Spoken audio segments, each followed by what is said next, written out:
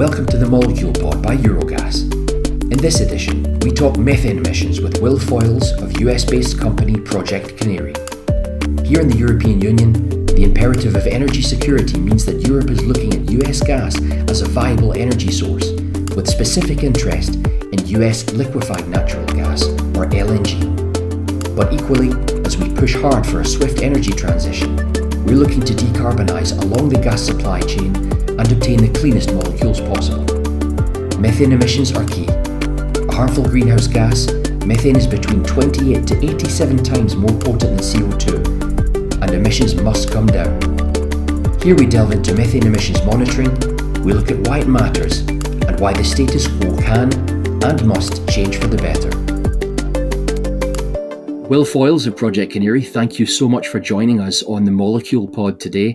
We really appreciate your time. Appreciate you having me on. Excellent. Listen, Will, it's important that we talk a little bit about what Project Canary does because, as mentioned in the intro to this podcast, we are dealing with methane, a harmful GHG. It's much more potent than CO2. It is, of course, a big feature of the oil and gas sector. But that's where Project Canary comes in because, of course, you have, as I understand, very innovative ways of solving problems, which is exactly what we need. We want to decarbonise, we want to reduce those methane emissions and greenhouse gas emissions in general. But perhaps just give me an idea about what you do at Project Canary, why this matters. What we're trying to do is measure greenhouse gases, in particular methane emissions, because, as you know, methane is far more impactful to global warming than just CO2. We do this by placing continuous monitoring devices. These are sensors that sit around the edge of a facility that sense every second and report up to the cloud every single minute. They don't necessarily have to be our devices. We ingest data from other devices, and we help understand when the sensor is operating correctly and when it's not. Our real secret sauce are the physics-based models that'll help convert those values, what the sensor's telling you. All those sensors are telling you is how many parts per million are in this place in the atmosphere at this time, and here are the local meteorological conditions. This is the wind speed, this is the wind direction. What this allows you to do, as best you can, is to understand how many kilograms of methane came from a facility in any given hour. So I think one thing that would be helpful for everyone is to understand the status quo. Right now, when you see a company or a country report their methane emissions, what they're doing, by and large, is going and adding up pieces of equipment. How many tanks do you have? How many valves do you have? How many pneumatic devices do you have? These are pieces of equipment. And they assume that each one emits an average amount of methane.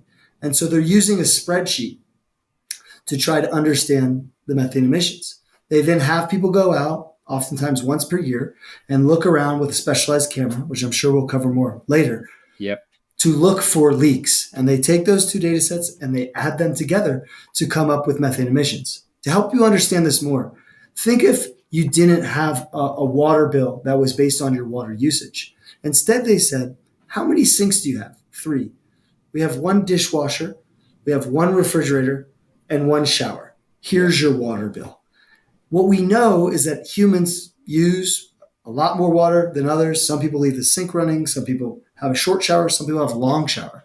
And so as a result, this existing methodology for estimating methane emissions, nitrous oxide emissions, is totally inadequate. And it leads to dramatic underreporting in many cases, but not all.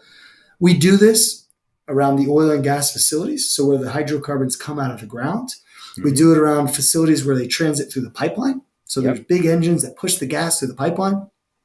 We do it inside of city gates where the gas is distributed to your home. We also do it at landfills where you see a lot more methane emissions than people have previously understood. And so this problem is everywhere around society. And the big thing I think that differentiates what we're trying to do is the frequency and the accuracy.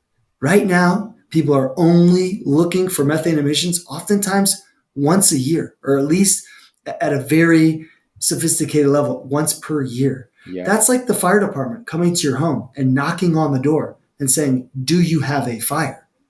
We know that would not be a very good way to run a fire department. The next is the accuracy. Many times that these factors, just assuming that each piece of equipment emits a certain amount of methane, very inaccurate. And when you combine these two things together, you have people who are making decisions, policymakers, and they don't really know the scope of the problem, where it exists, and how bad it is. And as people often say, the first step to addressing a problem is to measure it. If you're going to cut costs for a business, the first thing you're going to do is look at what your costs are and then weigh whether or not you should cut that cost or what benefit that you're getting from that expenditure. This is the exact same way. Now imagine if someone told you to cut costs and you don't know how much anything costs. You have no idea how much the supplies in your office cost. You have no idea how much you're paying your employees. You have no idea how much you're using in Yeah, electricity. yeah. That's the problem that we see ourselves in. But Will, how can you give me an example of how a leak might occur? One of these leaks that we need to measure, that we need to understand. We need to go to the house when it has a fire, and we need to measure what's there. So, give me an example of how a leak might happen, and honestly, how quickly you could deal with that. Yeah, it's a great question. So, one thing I just want to touch on is leaks come in many sizes and forms. Yeah, Oftentimes, when people think about a leak, they're thinking about a persistent, unabated flow of methane to the atmosphere, right? This means a pipe that's cracked, the pipe's not supposed to crack, methane is spewing into the atmosphere, and that's not supposed to happen. right. Okay. But to continue the analogy with water, you can actually have abnormal water usage if your toilet runs on and off because the little flapper in the toilet is allowing water to just drain into the toilet. Sure. That leads to excess water usage. Well, that same thing happens in the oil and gas space. You can have something that's called a pressure release valve, which is an Mm-hmm. important piece of equipment. It's there to make sure that if the pressure rises too much in a tank, that the tank doesn't explode. The problem is some of those pressure release valves, they inadvertently and unexpectedly trigger at times that they shouldn't trigger. That leads to intermittent methane emissions. Yeah. Sometimes they come, sometimes they're not. And so as a result of that, I should say, you have methane emissions that people never knew about because they were never looking around the clock. I'll give you another example. Humans interacting with equipment is a huge source of methane emissions. So one of the things that you see, there's a lid on the top of these tanks, and those tanks still have a lot of methane in them. Sometimes people will come out to the facility and they'll open that lid, and then they'll get a call on their cell phone, and they'll go down and they'll talk on the cell phone. Their boss has an important thing to speak to them about. All the while, that lid is open, putting methane into the atmosphere. Oftentimes, because we're dealing with an invisible, odorless gas, people have Mm-hmm. never been able to think about this problem in a way in order to solve it. And the first thing is someone to say, oh, geez, I get an email alert on my phone.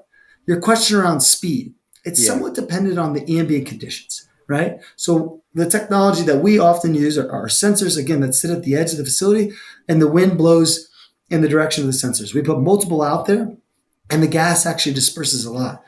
But what we're really talking about is that you will know in a matter of minutes, oftentimes worst case hours. Mm-hmm. How does that compare to the status quo? You may not know for a year. And when you're dealing with a compound as harmful as methane in terms of climate change, Mm-hmm. time matters, and it matters a lot. Thank you very much, Will. That was really clear again. But at this stage, I should probably dig into some detail with you, because in the literature surrounding methane emissions and the measurement of methane emissions, different ways of measuring, we're actually seeing a real difference between the old techniques that you'd mentioned and the new techniques. I'm seeing the literature, I'm seeing references to OGI and CEM. And what exactly do these things mean? And again, why should we care about that? So, first, I just have to say we're in favors of all technology. I view it as a tool. Sometimes people will ask me which one is better, OGI, which I'll tell more about in a minute, or CEM. And the answer is that they're just tools meant for different purposes. So which one is better, a screwdriver or a hammer? The truth is they do totally different things and they have different purposes. Yeah. So let's take optical gas imaging cameras, OGI. What those do is a human looks through a camera and it allows them to see a methane plume, a cloud of methane that may be coming out of a valve or maybe coming from a pipe. That's really effective because it can leverage the human mind, which, as you know, is a pretty strong resource. Yeah. The problem is peer reviewed studies done at testing facilities and universities here in America and around the world show that one of the biggest factors in terms of catching emissions with that optical gas imaging camera is the human. The same way you can have a safe car, but a bad driver. Yep. It won't necessarily lead to a good outcome, even though the car is safe. And so the human in the equation can be a problem or it could be an asset. Then we have continuous emissions monitoring, CEM. That can come in many forms. That's not a technology, it's an approach. And I'll unpack that a little bit more. You can have something like a point sensor. That's what we have. We have one called Aris Technologies. It's a Sentinel device. And that sits on the edge of the facility. And it's looking every single second of how many parts per million or billion of methane or other gases are present at that exact time. And then what else is occurring in the atmosphere. That allows you to work backwards. When I say it's an application, the important part here is that same sensor, we sell it and it goes on a plane. And that plane flies around facilities, landfill, and it uses a different methodology to quantify those emissions. You have other types of devices like a camera. There's some companies that have a camera on a plane. There's some companies that have an optical gas imaging camera handheld. And then you can also, in theory, put out an optical gas imaging camera there at a site. But at its core, what continuous emissions monitoring is trying to do is look around the clock. And while no technology is perfect or no application of a technology is perfect, what you come to understand is when you are looking more frequently and you collect more data, it allows you to see a bigger picture. Think about it, optical gas imaging camera, the status quo, how they're run today, where people go out periodically, as a security guard. And that security guard is waiting in the store and they're trying to see if anything gets stolen. That could be a fairly effective job, but sometimes you're just counting on the security guard to see the right thing at the right time and remember it correctly. Mm-hmm. Then we have security cameras. They're not perfect. They have gaps. But what the security cameras allow you to do is to go back in time and say, wait a second, look at this person over here. Oh, they put that in their pocket. And so they're different forms of different technology. Oftentimes they work best together to have a security guard and the surveillance system. That's great. And so that's what I mean. It's not one is better than another. But what I will tell you is that the world is trending towards more measurement, the security cameras in the store, compared to just having that security guard there on the site. Really good analogy, Will. I appreciate that. What I'm kind of getting from you as well is that you're talking about technology which isn't exactly first of a kind. It's just this has been around for a while. It's just the application which has now become smart, or with this application which has become much more useful to us in terms of measuring methane emissions. Because of course, myself being just a normal citizen, or others, many people may hear technology and they may hear techno-fix. They may hear technological application as being unreliable. So what you're saying is that we have a toolkit, and we have different applications, and we put those together, and hey presto, we have something which is much more effective. That's correct. And it's better to collect more information, right? It allows you to go back in time. It makes the process auditable as well. If you have a human that goes out to a well site or a pipeline and they're looking around with a camera, listen, we all have bad days, myself included. Maybe that something bad happened the night before and they didn't get much sleep. And so as a result, you have no way of truly knowing necessarily whether or not there was actually a leak there or not. You're relying on the human to have done a good job and tell the truth. Yes, there's some things that you can do, try to record a video, but then some other human is going to have to review hours of footage to double check what they're doing. Sure thing. The benefit of continuous emissions monitoring is that you are measuring around the clock, and it allows somebody else to go back in time and say, okay, great. We have the monitors themselves, and then we have the physics-based model that converts that into how many kilograms per hour came from this facility. Was this company using the correct monitor? Were they using the correct model? Were those monitors measuring for methane, were they really operating at all hours of all day? Mm-hmm. And it allows the process to be auditable, giving regulators and the population a lot more confident viewpoint in what they're seeing. And so I think it's something that we as humans sometimes are skeptical of more technology. We're skeptical of security cameras at the beginning. But in the end, it's the human with the technology that's oftentimes the most effective approach to solving a problem. Yeah. Okay. Many thanks. Will. But at this stage, I want to ask you what is really happening on your side of the Atlantic. on the legislative front, the regulatory front. So, I mean, what's happening over there right now, and how is that supporting your efforts over stateside to reduce emissions? And if I may, I'll add a follow-up question. What does that mean for the imports of, let's say, LNG into the European Union? What does that mean? There are currently 10 rulemakings or policy changes underway across various agencies in the federal government. So that's the US national government, Yep. states, and even at the local level. We're based here in Colorado, a state in the United States, Yep. and there are rules, I should say, even down to the county level. And so everyone is getting involved and really thinking about this problem. One of the big things, the methane fee. This is one of the, if not the only, first tax on methane emissions that has ever occurred across the world. And really what you see is dollars and cents matter. And if somebody has to pay a fee on their methane emissions, it causes them to take it more seriously and try to hopefully measure the problem in more detail. Just to rebound on that, Will, if I may, you're talking about a methane fee. Is that something that's involved with the Inflation Reduction Act in any way? Where is that regulation coming from? How are you all doing it there? Yes, to answer your question directly, the methane fee is involved with the Inflation Reduction Act. And what it is starting to do is cause companies to really take seriously these methane emissions. Many of them were before, but it's pushing it to a different level of focus. And it's really important. And we're heavily involved. There's another part that's very important in addition to the methane fee. And that's the requirement for the regulators to revisit. Remember that methodology that we spoke about earlier of adding up pieces of equipment? Yep. Well, now they have to revisit that using empirical data. And what that's going to lead to is a lot more measurement. So they're driving at the problem. One of the things that you'll hear sometimes is that technology isn't affordable, right? I remember back in 2008, 2009, people said that solar and wind, they were never going to be affordable. Look at how much it costs. But what happened is that the governments across the world leaned in and they incentivized more technology. And now we see to produce 1 megawatt hour with solar is oftentimes almost always cheaper with solar and wind than it is with coal or natural gas. That's okay. And my point for highlighting this is that we are decarbonizing. And so we should not demonize any energy mode like natural gas because we can dramatically reduce the climate impacts.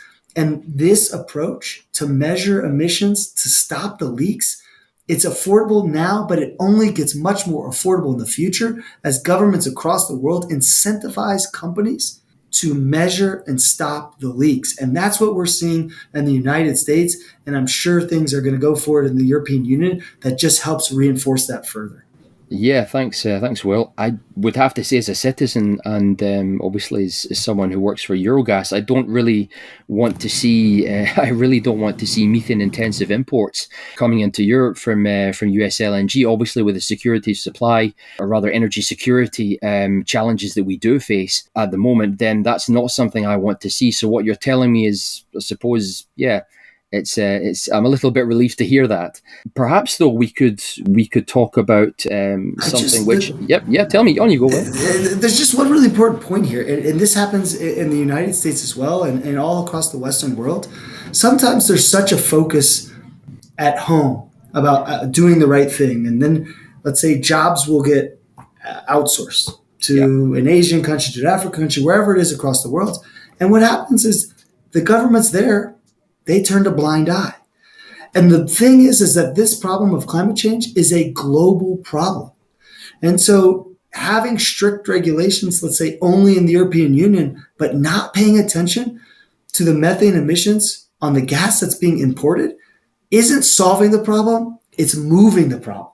And so focusing on this issue, it allows the European Union to get the cleanest molecules that they can possibly get. If they can incentivize people to measure the problem and incentivize companies to procure, to buy the lowest methane emissions gas, it really ensures a source of much more sustainable natural gas than just saying, hey, we're going to have strict regulations in our jurisdiction and we're going to turn a blind eye or not focus on the problem that may be going elsewhere.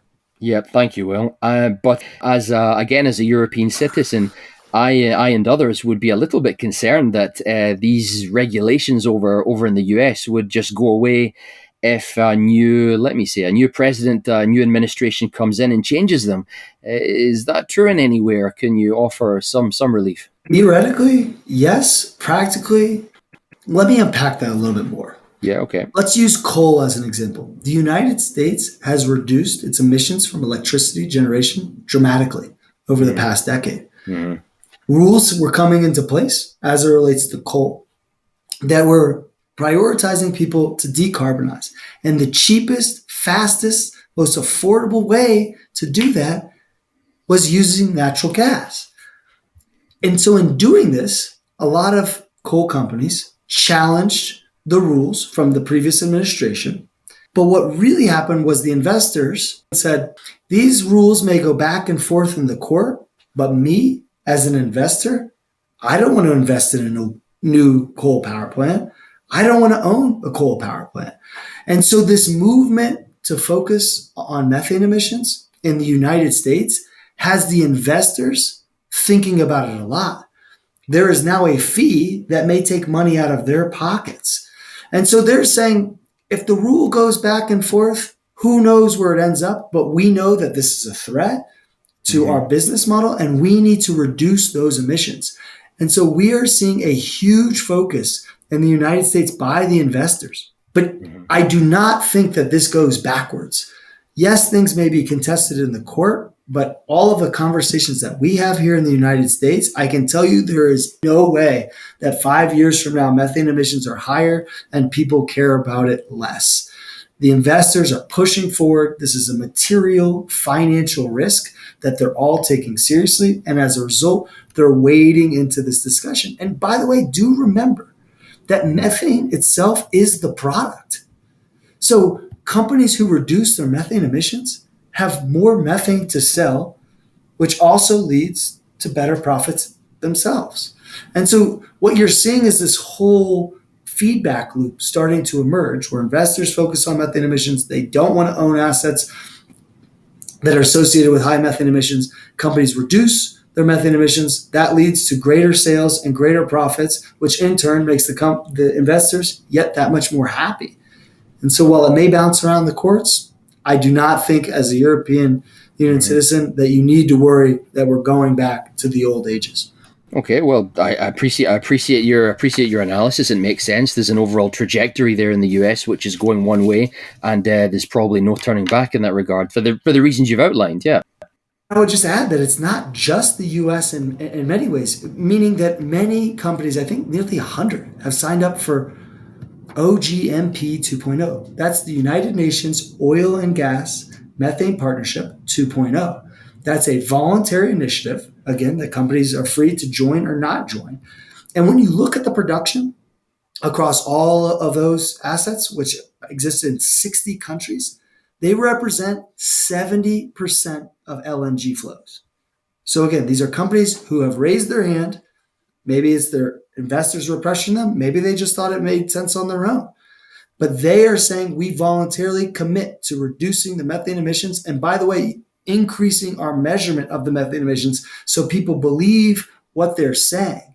And already, just whoever's already signed up, 70% of LNG flows. So this is not only a US story, it's also starting to move around the world. And then it helps reduce the emissions in countries where the local government may not even be taking the methane problem seriously. So again, there's lots of momentum, there's feedback loops, there's commitments to do this work.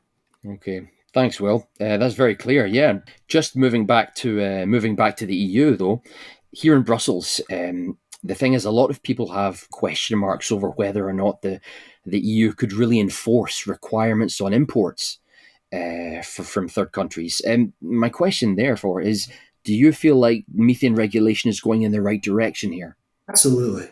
It is. And I think the Europeans are starting to think about the problem in a practical way. They have been thinking about it in a practical way, but even more practical.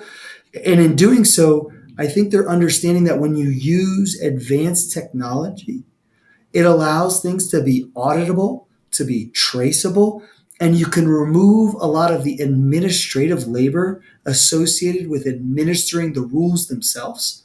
when you do so, you dramatically reduce the cost on the companies to comply and reduce the cost on the countries in order to make sure that this problem is taken seriously.